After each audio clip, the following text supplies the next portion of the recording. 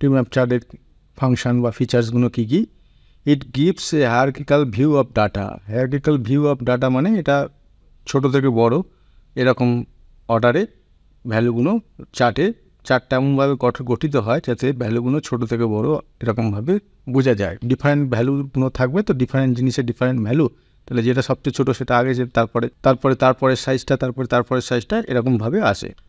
That's why it can analyse and compare data on different levels and categories in easy way. এই যে এরকম hierarchical ভিউতে দেখা যায় বলে আমরা অ্যানালাইজ করতে সুবিধা হয়, কম্পেয়ার করতে সুবিধা হয়, একটার সঙ্গে আর একটা ক্যাটেগরির সঙ্গে আর একটা ক্যাটেগরি কম্পেয়ার করতে সুবিধা হয়।